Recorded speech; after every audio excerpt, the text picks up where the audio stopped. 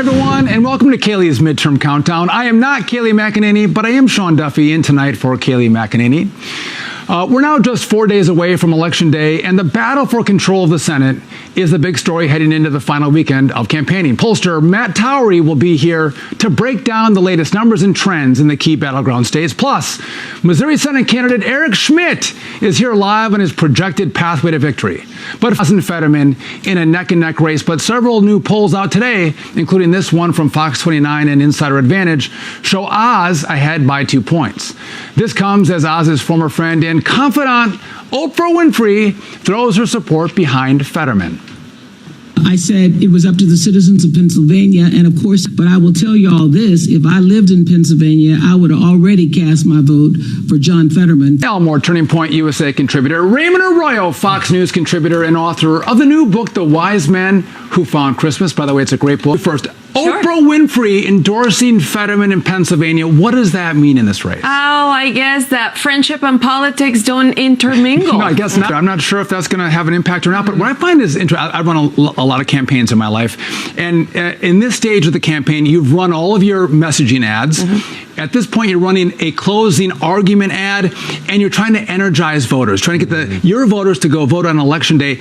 Raymond, tomorrow, Donald Trump is going to come to Pennsylvania, and Joe Biden is going to be in Pennsylvania trying to energize their voters. What impact will that have? Well, the Democrats need to rally Hispanic and African-American voters. Dissing on Oprah. Okay, I'll take it. Oh, I'm going to diss on Oprah. Well, you can diss If you on want Oprah a too. book, you go to Oprah. If you want a candidate, you go to somewhere else. If you want a Christmas wish list, Right. you go to Oprah, not a candidate. But here's what I find fascinating. Both Trump's coming in for Oz and you have Biden coming in for Fetterman. Listen, the base loves Trump, right? That can energize voters. Joe Biden rates at 40%. His own base doesn't want him to run for re-election. Why would you bring him into Pennsylvania? And you're from Pennsylvania. I am from Pennsylvania. I was born in Hershey, raised in Pittsburgh, and lived in Philly for 20 years. So what Oprah needs to know, and what Barack Obama needs to know, and Joe Biden needs to know, that crime is up by 78% in Philadelphia since 2017. Did you know that John Fetterman wants to get rid of cash bail, wants to release 1/3 of our inmates, and legalize all drugs? And he tries to say that he just wants to get rid of the violent felons. Oh, no, no, no, no. According to the Pennsylvania Board of Pardons, he helped release 10 violent murderers. One by the name of John Brookings, who killed a 58-year-old woman with scissors, and Wayne Covington, who shot a teenager in cold blood for money for heroin. So does Oprah know all of that? And I don't think she does. She says, if I lived in Pennsylvania, I would have already voted. By the way, I still like to go back to the idea of Election Day is Election Day, not Election Month. I love that. But I think Oprah's comments are set in a vacuum behind the walls of her mansion in Montecito, and I think she really needs to get in her lane. And as she did say, let the people of Pennsylvania decide, and I think they will. Well, Lily, I mean, to that point, I mean, Oprah is a multi-millionaire. She's not feeling the pinch of inflation. She's not feeling the pinch of crime either. Listen, she probably has armed guards and security and lives in a gated community. So she's not actually feeling what average Pennsylvanians are feeling. Same equivalent kind of medical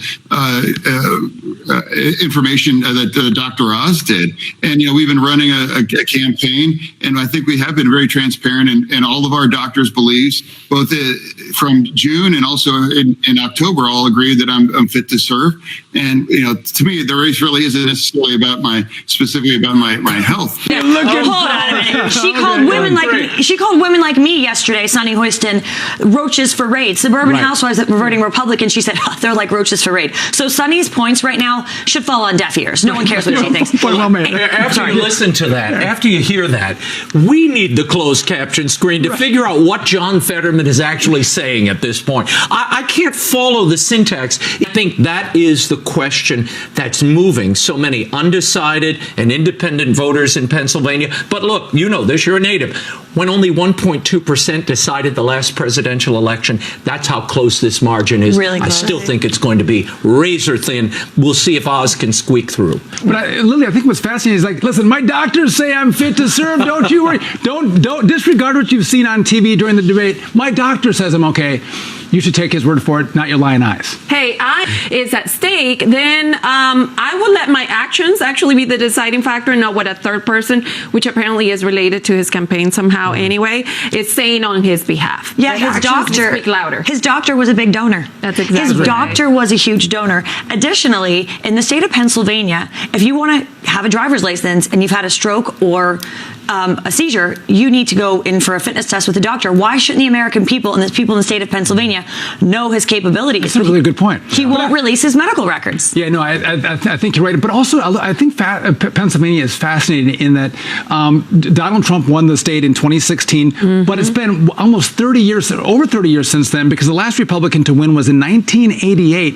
Is the state trending more purple, more red from this kind of deeper blue history that they've had over the last set of decades? Well, Pennsylvania is a blue-collar state. We've got a lot of steel workers, and those used to be traditional Democrats, the hardworking people that fight our wars and pay our taxes, right? So those people are now traditionally the America First Republicans. So it's the people that used to be Democrats in Pennsylvania now identify as Republicans, and I think that's going to help really make the shift for the Republican ticket in Pennsylvania. That's a thank you, Donald Trump. I want to come back. Absolutely. I want to come back to this issue of the debate and the ability to do the job, which you were referencing, Raymond. The Senate is known as the great deliberative body, which means it's a place where people debate. To debate, you have to speak and you have to be able to listen.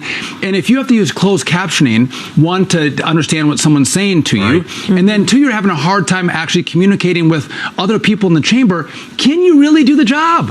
Again, I've spoken to a number of people in Pennsylvania, some of whom were firmly in Fetterman's camp.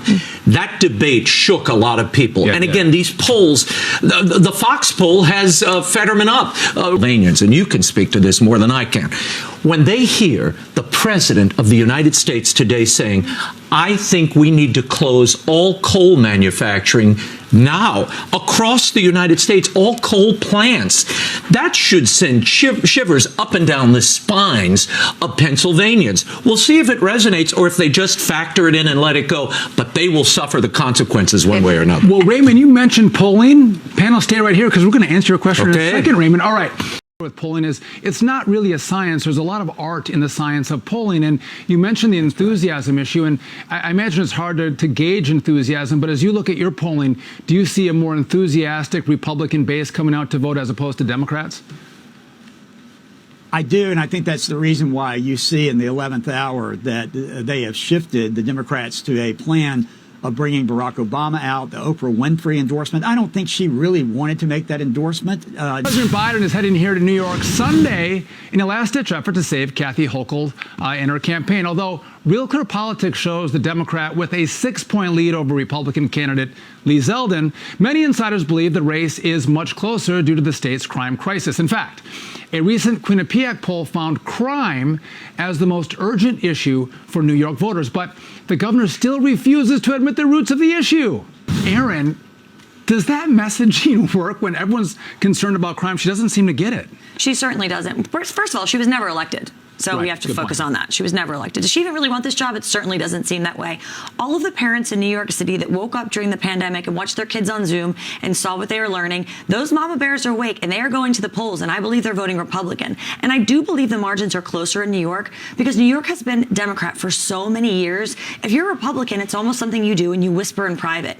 And these people aren't going to respond to polls. They've seen that if you're a parent at a school board meeting, you're a domestic terrorist under the FBI. If you go to an abortion clinic and protest peacefully, you get arrested and thrown in jail. You see Biden's speech in Philadelphia with a red backdrop that looks like a third world banana republic. These people aren't answering polls. They're too afraid to speak up, whether it's because it's New York and the liberal nature or because they're scared of what the government's going to do to them. I think the race between Hochul and Zeldin is within 1 point. You know, I think you're right. I think it's going to be really closer than these polls are showing. But Raymond, does kind of trying to throw the issue of crime to the side work? Or if she came on and said, listen, I'm sorry, I made a mistake, my bad, we can go in a different direction, and I hear you, and I'm going to fix it. Wouldn't that work better? Well, of course it would work better. But I'm scared with no solutions. Well, it's scary just to walk around this city. In broad daylight. Exactly, in the middle of the day. I was one of those New York-based families that moved to the great state of Texas last year. She thinks that we're stupid because we know that Democrats were the ones who pushed no cash bail. It was Democrats who were pushing defund the police. Those are some of the root causes of what have led to this spike in crime. Well, we already know that Hillary Clinton hates us. We're a basket of deplorables. We're smelly Walmart people. We know how she feels about us. But we also know that Mayor Eric Adams has said it's not about crime, it's the perception of crime. Tell that to the young women who are fearful of riding the subway and can barely get to work because an Uber is $70. These New York politicians on the Democrat side are completely out of touch, and the everyday New Yorkers are starting to wake up and say, wait a second, we can't live like this. Instead, they're pushing mask mandates and vaccine mandates and defunding the police, and that's not what New York City needs. This was the greatest city on earth. Now it looks like a third world country. I was walking around Times Square today, fearful. I had my purse under my jacket and I was zigzagging across the street out of a fear for my life. There were drug addicts everywhere. There were people that looked like they were trying to rob you. New York is not what it used to be. I want to make New York City great again, and I'm sure a lot of people that live here feel the same way. Yeah, you know, I'm a Wisconsin guy, so I walk down these streets. It's foreign to me, but I'm half looking around my shoulder because I think I'm going to get cold cocked by someone because I hear those stories all the time. But Raymond, you said you lived in the city when it was great. It started to get bad. You also left, went to New Orleans, and I don't know if the bad news follows you because New Orleans is that's right, the crime center as well. What's going on? I am the crime magnet for the entire country to set that up. Okay, you got it. Now let's see what you can do. And of course, they've already laid the groundwork in these cities. Nothing will happen. I don't want to go too far off topic, but to that point, you need Republicans to do oversight. And I think Republicans want Republicans in Congress to do oversight. But if you only do oversight and don't try to address the problems that we're talking about today in this panel, the American people will reject you as well, just like they're rejecting Democrats. So I want to get you guys this take before we go. This is closely watched. I think it's going to be, this New York race is much closer than the polls are showing. Do you guys think Lee Zeldin wins, or does Kathy Hochul hold on to New York as governor? Erin? I want to be optimistic. I think it's between, like I said, 1% right now. I think Lee Zeldin's going to... He's going to pull it out? Pull it out. Eker? Raymond? I think Lee Zeldin does squeak it out. Squeak it out. But we'll see. I'm worried about this race just because of the nature of. We all know New Yorkers. Right. Yeah. If you spend time here, there is a deep-seated partisanship that is almost unmovable. The fact that he's polling as high as he is its own miracle. Yeah. Spending a lot of money in New York City. They're spending money in the governor's race in Michigan, and they're in Washington, and they're in Oregon, defending all these Democrats. There's not a lot of room to be on offense in other states that really matter. So we're going to get to that later. But first, the panel, stand by. I appreciate all this insight. And Lily, you're not really giving me an answer on that. Which has Republican Senate candidate Eric Schmidt with a double-digit lead over Democrat Trudy Bush in their race to replace retiring Republican Senator Roy Blunt. So, a lot of energy on the ground. People understand that the path of the majority in the Senate runs right through the Show Me State. Is focused on the price of concert tickets. Biden tweeting Thursday, quote, I know hidden junk fees like processing fees on concert tickets are a pain. That's why last week I called on my administration to crack down on these fees and put that money back in your pocket. Again, and not going anywhere, actually. Yep. So, listen, and it was very insightful, wasn't it? Good interview with Eric Schmidt, or Senator-elect Eric Schmidt very soon. So I'll go to you first, Erin. What do you think about Warnock closing his campaign out on abortion as opposed to pivoting in the end of the campaign to reflect what the views of the voters are, which is the economy and jobs? Because if Warnock focuses on the economy, jobs, public safety, education, defunding the police, he will get a terrible review and terrible ratings, and they're going to rush people out the door to vote for Herschel Walker. The left only has abortion, and they know that, so they're going to focus on that, and hopefully it'll get them over the finish line. But I think the American people and the people in the state of Georgia realize we're struggling to put gas in our car. When we go to the grocery store, we have sticker shock at the price. I'm scared to walk out the door because I'm afraid for my life. What are my children learning in school? That's why Raphael Nick is focusing on abortion. You know, and Raymond, to Barack Obama's rally in Arizona, I mean, democracy is at stake because of democracy. You guys might vote and kick out Democrats. Right. We got a real problem here with democracy. Well, but look, this whole construct came from our pal John Meacham, the presidential historian, and God bless John. He's a wonderful writer, but he came up with this idea of soul of the nation many years ago. Being out of touch, and the abortion topic, which again, based on the many numbers and the ones that we run, is issue number 7. He should talk to his good friend and supporter, James Taylor, Bruce Springsteen, Taylor Swift. These are the people who have already embraced what they call dynamic pricing. So they set a price of $150 a ticket, but as they sell out, those ticket prices go up to $400, $500, $1,000 a ticket. America. Well, it's like he's yelling at the gas station owners for gas prices. He's yelling at the people that throw a concert. Like, when is it your responsibility to handle something instead of punting it to everybody else? Well, Democrats are very concerned about what happens if Republicans win. Take a listen to what Congressman Jim Clyburn had to say about that. This country is on track to repeat what happened in Germany when it was the greatest democracy going, elected a chancellor who then co-opted the media, and their self-interest is much more than what you may or may not be paying. This is a really disturbing message. I mean, to say that Republicans winning, taking control of maybe the House and the Senate is comparable to Nazi Germany, to Adolf Hitler. I converted to Judaism. You did. And that is a very difficult process. And I've understood, like we all do, the plight of the Jewish people.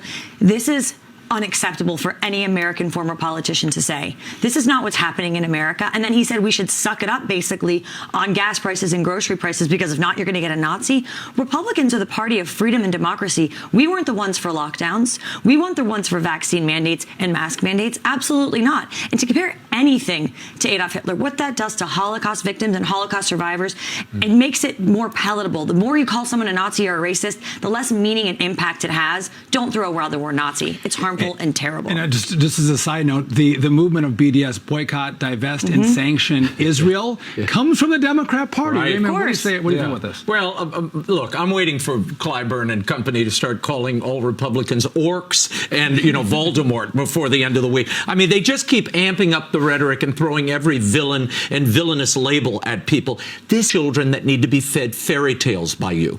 And Clyburn is a sitting member of Congress and a leader in the House of Representatives. Entire group of Americans that are arguably are half of America who do align with conservative values. And 11 million people died in the Holocaust. Yes. 11 million people. Yeah, no, it's true. These analogies are absolutely inappropriate. Going back to politics, though, and we're talking about a red wave, maybe a red tsunami, I think the point that illustrates that most is, where is money spent? Democrats are on defense trying to protect seats.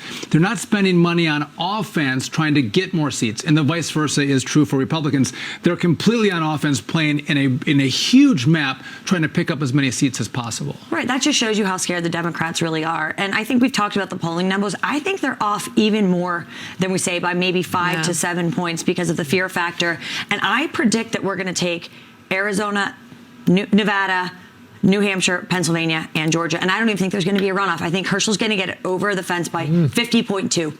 So you're a 54-seat majority for Republicans in the Senate. Yeah, so I talked to someone who's a Republican strategist, and he does digital fundraising, and he's been analyzing the early voting numbers, getting really granular. And he said the only people that are really voting on the Democrat side are the 4-4 voters. And I said, what's a 4-4 voter? The people that have voted in the last 4 midterms. Those are the only Democrats who are going out. You're not getting these new voters. And in 2020, we had all of the mail-in ballots to keep these people satiated. Now, they don't have the momentum and the energy, and what's going to win this election is the momentum and the energy, and the Republicans have that, because we want to rectify the gas prices. We want to rectify the CRT in school. We want to rectify the crisis at the border and the fentanyl in every town being a border town. I'm going to go down the line here, but in the House, Republican majority by how many? Ooh, I was focusing on the Senate, so I say 54 in the Senate. I say a huge majority in the House. Okay, Raymond. I think you're going to get about 33, 39 seats maybe in the House. Squeak out with 51, maybe 52.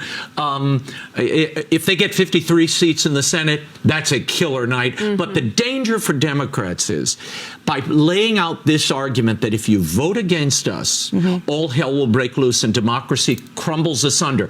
When you're in the minority, now you're going to be making because they know they're already setting up, how do we argue against this MAGA movement? How do we argue against Donald Trump? If what we're all saying happens on election night and Republicans take over control of the House, I think it's pretty common knowledge that Kevin McCarthy is going to be the Speaker of the House. But the real question is, Nancy Pelosi has been leading the Democrat Party for more than 2 decades. And the question becomes, who rises to the top and leads the Democrat Party? Hakeem Jeffries, he's in leadership right now. He's going to make a play for Democrat leadership. But also the very famous and very truthful Adam Schiff wants to be the leader of the Democrat Party as well. I know you guys are deep in Democrat politics. Do you have any takes on who's going to lead the Democrat Party? What about a little bit of AOC? She would love to lead the Democrat Party. But you know what's interesting Don't about... scare me. Halloween's over. Sorry, not to flip the script here a little bit. I was thinking about all the candidates we have, whether it's in Texas, everywhere. These are Trump-backed candidates that have basically never run for office before. And on the Democrat side, it's all bloviated bureaucrats who have been in Washington for 1,000 years. So I think we're about to see a really different America First agenda in Washington. Raymond? Well, look, Clyburn, who we played a moment ago, everybody's kissing Clyburn's ring because they're hoping He's the kingmaker. that the kingmaker will embrace them and they can move to leadership. Leftists of the left wing of the party. This is my point. You moderate when you're in the wilderness. You try to find the middle in your party so you can rebuild your coalition. Republicans are going to win 30 by a 30-plus seat majority in the House, which is outside where the pollsters are right now, and it's going to be at least a 51. I'm with you, Raymond. A 51-seat majority. I'm not real clear politics at 54. That is bold where you are, Aaron. Oh no, So that's we're way Feeling over. bullish. We're going to see who's going. Feeling bullish. All right. And I'm not the eternal optimist. Ooh, that's a Aaron, tough Raymond, one. and Lily, thank you for joining me tonight on Kaylee's Midterm Countdown. It's going to be back next week at 6 p.m. on Monday with Kaylee right back here in this chair. Next week, right here on Fox Nation. Have a great night.